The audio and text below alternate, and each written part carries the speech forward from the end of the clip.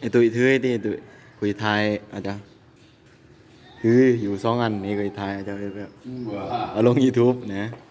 นี่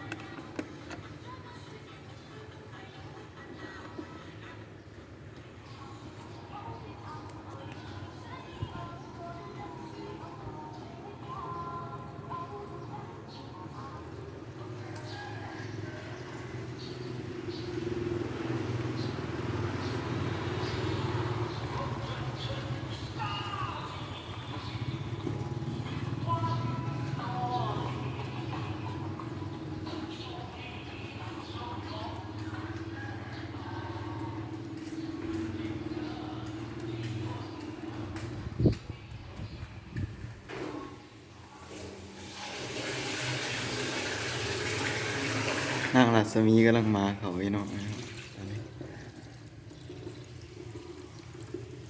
มันก็อมเหนียวน้อยหนึงนะครับมันกำลังมาเขาเป็นเคิน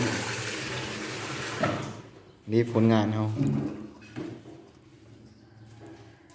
แล้วก็